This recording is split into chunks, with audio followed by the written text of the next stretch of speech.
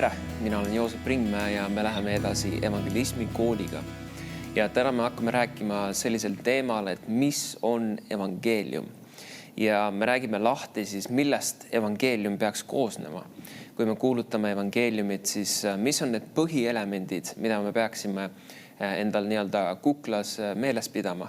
Et me ei räägiks lihtsalt, et Jumal armastab sind ja head aega, aga et seal oleks mingisugune, et me räägiks täis evangeeliumi ja et me juhiks inimesed meeleparandusele, et nad tõesti võtaksid vastu Jeesuse oma südamesse, aga samas, et nad saaksid selle täispaketi, et nad mõistaksid, mida Jeesus on teinud nende eest ja Piibel ütleb, et evangeeliumis on vägi päästeks, nii et kuulutame seda täis evangeeliumit.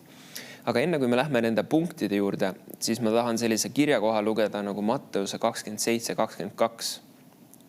Ja siin Jeesus on siis kohtu ees ja siin ütleb nii, et Pilatus küsis neilt, mis ma siis pean tegema Jeesusega, keda nimetatakse Messiaks? Nad kõik ütlesid, löödagu risti.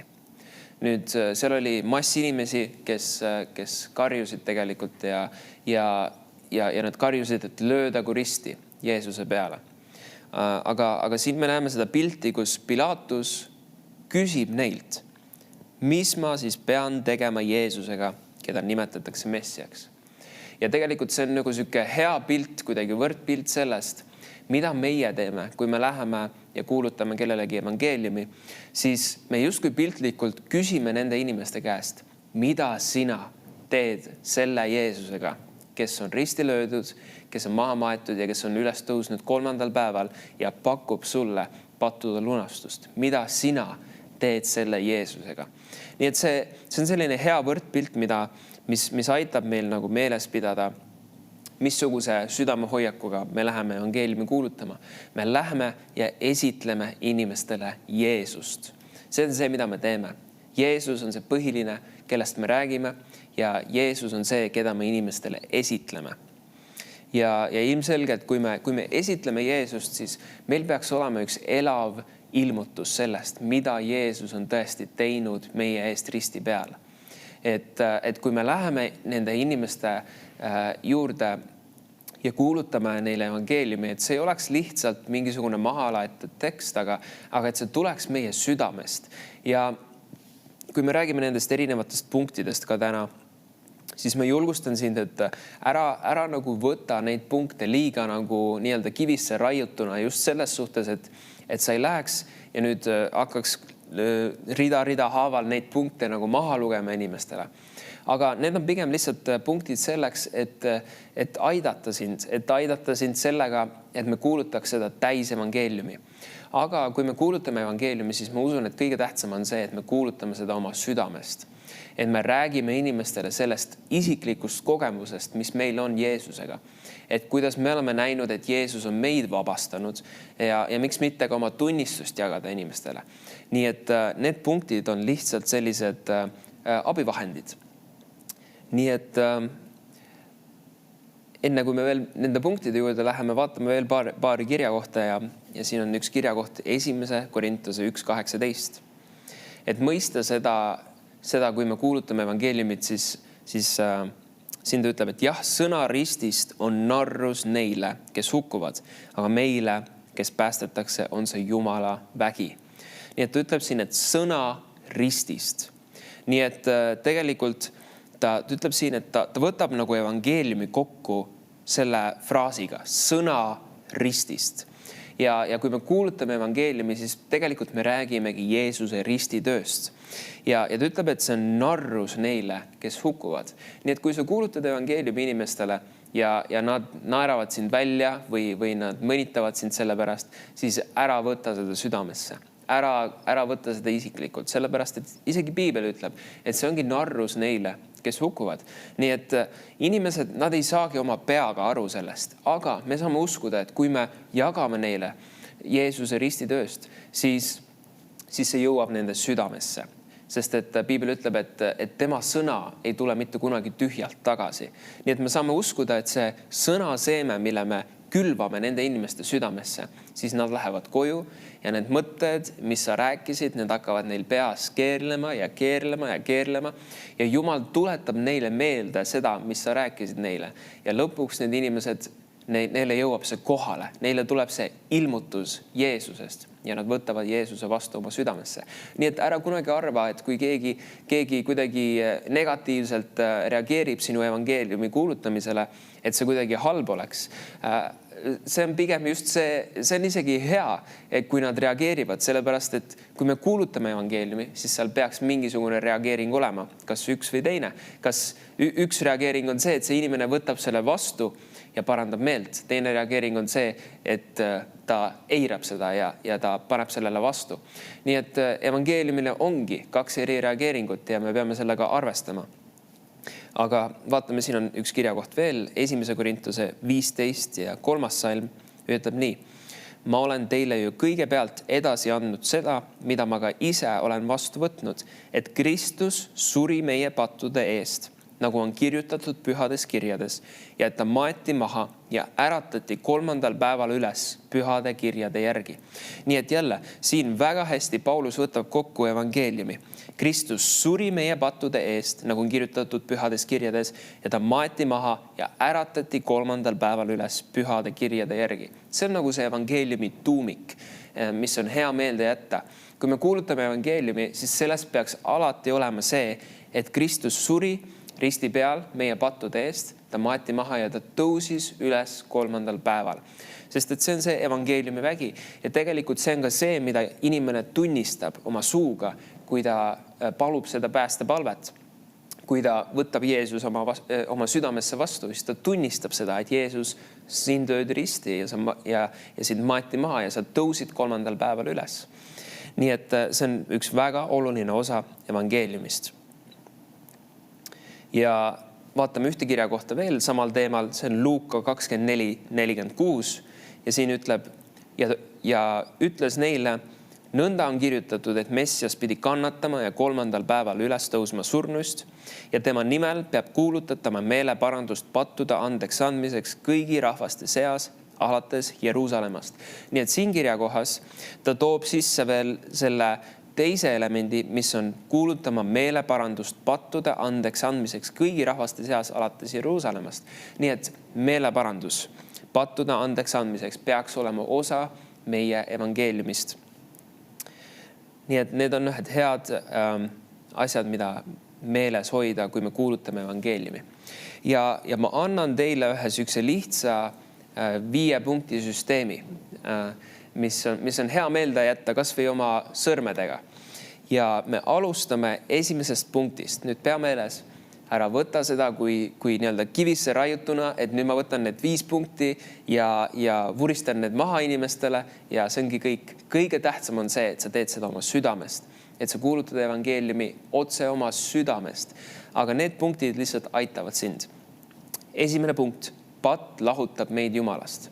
See on see, kus tegelikult kõik justkui Piiblis alguse sai, kus Aadam ja Eeva, nad otsustasid, et nad pöördusid Jumalale vastu ja nad tegid pattu ja see patt lahutas neid Jumalast.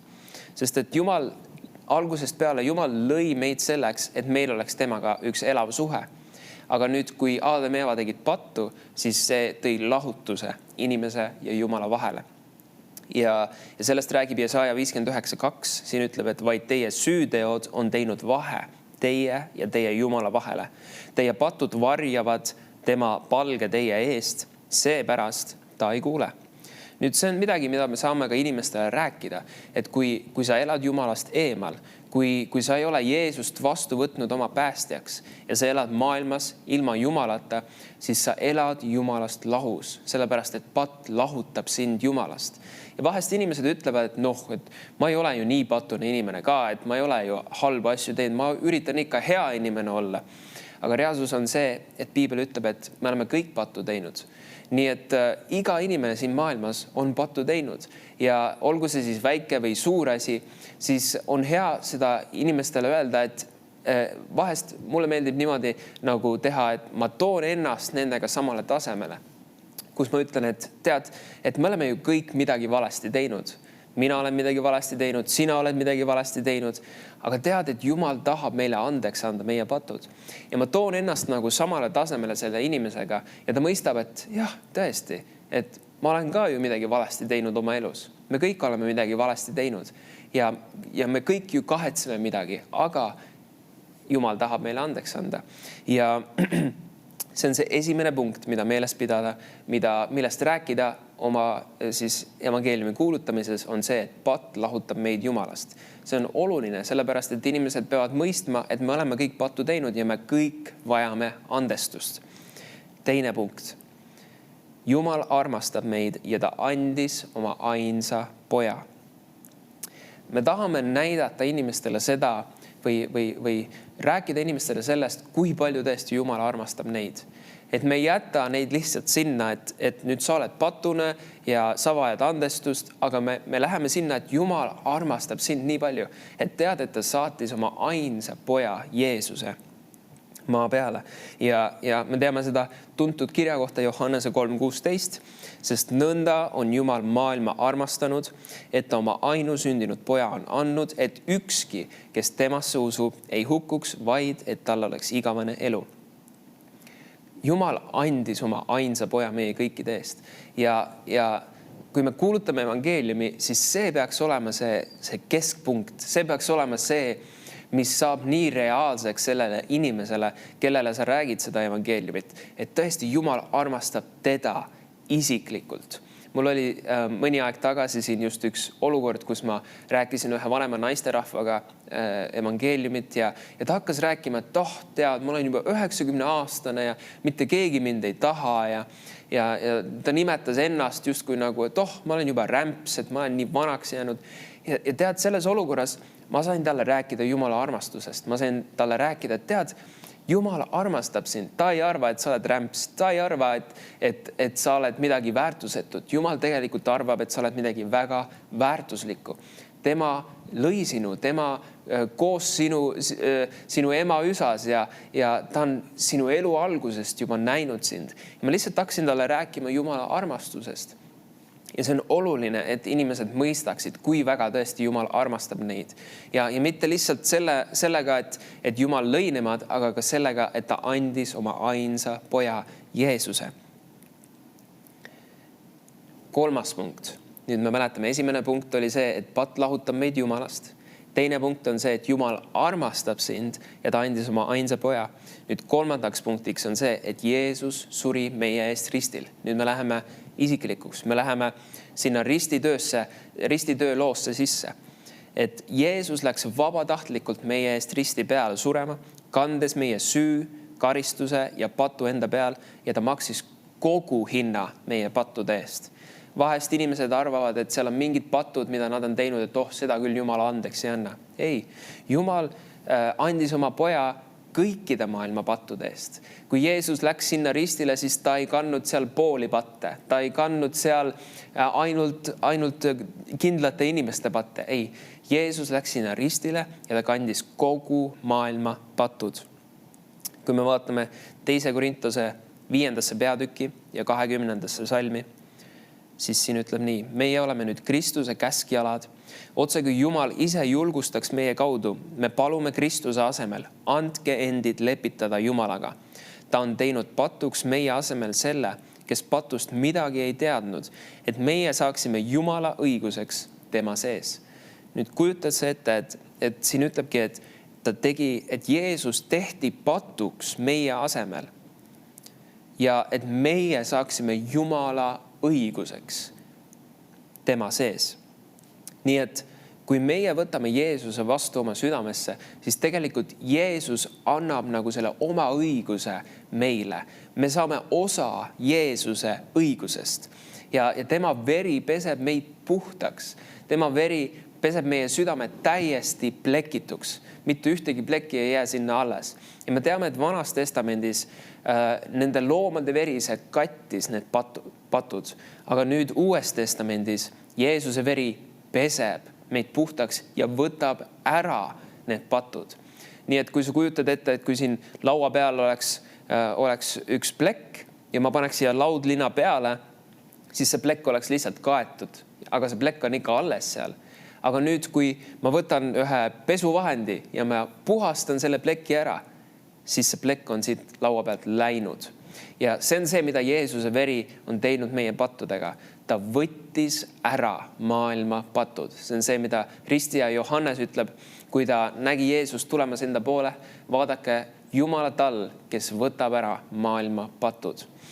Nii et kuulutame seda evangeeliumi julgelt inimestele, et Jeesus suri risti peal ja ta valas oma vere nende pattude eest. Ja me ei pea kartma ristitööst rääkida. Me ei pea kartma, et mis inimesed arvavad sellest, et Jeesus löödi risti ja tema veri ja kõik see kõlab kuidagi nagu võib-olla isegi inimestele äkki hirmuäratavalt. Ära üldse sellepärast muretse. Mäletad, me rääkisime sellest kirjakohast, kus Piibel ütlebki, et maailma jaoks evangeelium ongi narrus. Inimesed ei peagi sellest aru saama. Me ei kuuluta evangeeliumi selleks, et kedagi veenda, vaid me kuulutame evangeeliumi selleks, et Jumal saaks puudutada nende südant. Et Jumal saaks minna oma väega ja lõigata nende südamesse, et nad tuleksid meeleparandusele. Nii et meie töö on lihtsalt olla need evangeeliumi kandjad. Meie töö ei ole veenda neid inimesi uskuma. Meie töö ei ole nagu kuidagi tõestada evangeeliumi ajalooliste faktidega või mingisuguse filosoofilise aruteludega. Ei, ärme üldse sinna mine, see ei vii mitte kuskile. Aga mis viib kuhugi on see, kui me räägime puhast ja toorest evangeeliumi, sest selles on Jumala vägi. Nii et 3. punkt, Jeesus suri meie eest ristil ja kandis meie patud. Nüüd 4. punkt. Me peame rääkima sellest, et Jeesus tõusis üles 3. päeval. Ta ei jäänud sinna hauda, aga ta tõusis üles 3. päeval, et meil oleks igavene elu taevas. Ja ta võitis surma, et me ei peaks minema igavesse surma põrgusse. On tähtis, et me räägiksime taevast ja põrgust. Vahest inimesed, nad ei julge rääkida põrgust ja taevast, sest et äkki on jälle liiga hirmuäratav või äkki see ajab kedagi närvi või äkki kellelegi ei meeldi.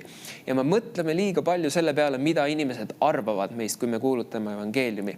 Aga mis oleks siis, kui me võtame lihtsalt selle toore ja puhta evangeeliumi Jumala sõnast ja kuulutame seda julgusega ja vaatame, kuidas Jumal teeb tööd nende südametes. Vahet pole, mis nad parasjagu arvavad. Vahet pole, kuidas nad täpselt reageerivad sellele. Oluline on see, et me kuulutame neile täis evangeeliumi ja siis Jumal on see, kes teeb tööd nende südamega. Meie oma inimlikust jõust ja tarkusest nagunii ei suuda seda, aga Püha Vaim on see, kes nüüd läheb nende südamesse või puudutab nende südant ja teeb tööd nende südamega. Vaatame Rooma 6. peatükki ja 8. salmi. Siin ütleb, kui me oleme aga surnud koos Kristusega, siis usume, et me ka elame koos temaga. Teades, et Kristus, olles üles äratatud surnust, enam kunagi ei sure. Surm ei valitse teda enam. Nii et Kristus on üles äratatud. Aga kui Kristus äratati üles, siis tegelikult meie tõusime üles koos temaga. Ja see on see, mis juhtub ühe inimese vaimuga, kui ta tuleb Jeesuse juurde, on see, et tema vaim ärkab üles. Tema vaim tõuseb ellu koos Kristusega, sest et ta saab uueks looduks. 5. punkt. Pöördu patust ja paranda meelt. See on väga tähtis, et me kutsuksime neid inimesi meeleparandusele. Nüüd see, et pöördu patust ja paranda meelt, see ei tohiks olla selline kuri kuidagi käsk inimestele, et me läheme inimeste juurde, ütleme, et oi, sa oled nii patune ja sa teed kõike valesti siin elus, sa pead parandama meelt ja sa pead pöörduma patust. Ei, see peaks meie hoiak olema. Meie hoiak on see, et me räägime neile. Tead, et me oleme kõik midagi valesti teinud siin elus, aga Jumal armastas meid nii väga, et ta andis oma poja Jeesuse ja Jeesus läks risti peale. Ta kandis meie patud ja karistuse ja süü ja haigused ja needuse. Ta võttis kõik selle enda peale, seal risti peal ja ta suri ja ta maeti, aga 3. päeval ta tõusis üles, et meil oleks igavene elu. Ja nüüd ta kutsub inimesi enda juurde, et nad pöörduksid ära sellest patust, sellest maailmast ja et nad võtaksid Jeesuse vastu oma südamesse. Ehk siis me nagu ei suru neile peale, et nüüd sa pead pöörduma patust ja parandama meelt, aga me pigem kutsume. Sa võid kujutada ette seda Et selle asemel, et lükata kedagi kuhugi suunas, selle asemel me sirutame käe ja ütleme, tule minuga. See on see, mis Jeesus teeb. Jeesus ei sunni mitte kedagi tulema enda juurde, aga Jeesus kutsub. Jeesus pakub seda neile. Ja see on see, mida meie saame teha Kristuse käskjalgadena, Kristuse saadikutena. Me saame kutsuda inimesi Jeesuse juurde. Vaatame Rooma 10. peatükki. Ja 9. salmi siin ütleb, et kui sa oma suuga tunnistad, et Jeesus on issand ja oma südames usud, et Jumal on ta üles äratanud surnust, siis sind päästetakse. Sest südamega usutakse õiguseks, suuga aga tunnistatakse päästeks. Nii et see on väga oluline, et need inimesed, et nad tunnistaksid Jeesuse oma issandaks ja et nad usuksid oma südames, et Jeesus on surnust üles äratatud. Et nad paneksid oma usu Jeesusesse ja et nad tunnistaksid, et Jeesus, sina oled minu issand. Et nad parandaksid meelt, et nad pöörduksid ära oma patust. Ja need on need põhilised 5 punkti, mida me peaksime oma nii-öelda kuklas meeles pidama, kui me kuulutame evangeeliumi. Et me lihtsalt ei kuulutaks, et nüüd sina oled patune ja sina pead meelt parandama, aga et me räägiks Jumala armastusest. Esiti, et see oleks see keskne punkt, et Jumal armastas meid nii väga, et ta andis oma poja meie eest. Ja nüüd lihtsalt käime läbi need punktid korraks veel, et see kinnistuks meile. Ja esimene punkt on see, et patt lahutab meid Jumalast. Me teame seda, et nagu ma rääkisin, et me võime rääkida inimestega, et me oleme ju kõik midagi valesti teinud. Me oleme ju kõik tegelikult pattu teinud, Piibel räägib seda. Aga teine punkt, Jumal armastab meid kõiki nii palju, et ta andis oma ainsa poja. 3. punkt. Ja see ainus poeg, kelle Jumal andis, Jeesus, ta läks risti peale vabatahtlikult meie eest ja ta võttis meie patu, meie süüteod, meie karistuse ja kõik selle needuse ja haigused, ta võttis kõik selle enda peale seal ristipuu peal ja ta suri seal ristipuu peal. 4. punkt. Ta tõusis üles 3. päeval. Et meil oleks igavene elu, et me ei peaks põlema põrgus, et me ei peaks piinlema põrgus, aga et meil oleks igavene elu taevas koos Jumalaga. Ja 5. punkt on see, et nüüd Jeesus kutsub sind. Jeesus kutsub sind, tule ja paranda meelt, tule ja pöördu ära sellest maailmast ja sellest patust ja sellest pimedusest. Tule ja pöördu minu poole. See on see, kuidas Jeesus kutsub sind praegu. Ja sealt me saame juba selle inimese juhtida päästepalvesse. Sa võid seda kujutada ette niimoodi, et me nagu ehitame seda evangeeliumit. Me alguses me räägime sellest, et me oleme kõik ju pattu teinud. Mina ja sina, me oleme kõik midagi valesti teinud. Ja siis me räägime Jeesuse ristitööst. Ja siis me justkui viskame need võrgud välja ja me pakume, tule ja paranda meelt. Tule ja anna oma elu Jeesusele. Ja vahest inimesed... Neil on suur probleem sellega, et kuidas päästepalvet teha. Kuidas see õige sõnastus on, et Jeesust vastu võtta oma südamesse. Aga tead, et kõige olulisem selle juures on see, et see inimene ise oma südamest ütleb, Jeesus, tule minu südamesse. Ma tean erinevaid inimesi ja kõikidel inimestel on see päästepalve erinev. See ei ole, et kõik kristlastel on kuidagi täpselt see sama päästepalve, mida me kõik ütleme. Oluline on see, et see inimene teeb seda oma südamest. Ja näiteks, kuidas mina olen seda teinud, on niimoodi, et ma ütlen, kui see inimene ütleb, et jah, ma tahan Jeesuse vastu oma südamesse võtta ja ma tahan pöörduda ära patust, siis ma ütlen sellele inimesele, et okei, väga hea, et ütle lihtsalt praegu minu järel. Ja vahest ma isegi räägin sellest kirjakohast, mida me just lugesime, et kui sa oma suuga tunnistad, et Jeesus on issand ja oma südames usud, et Jumal on ta üles äratanud surnust, siis sind päästetakse. Ma loen selle temale ette.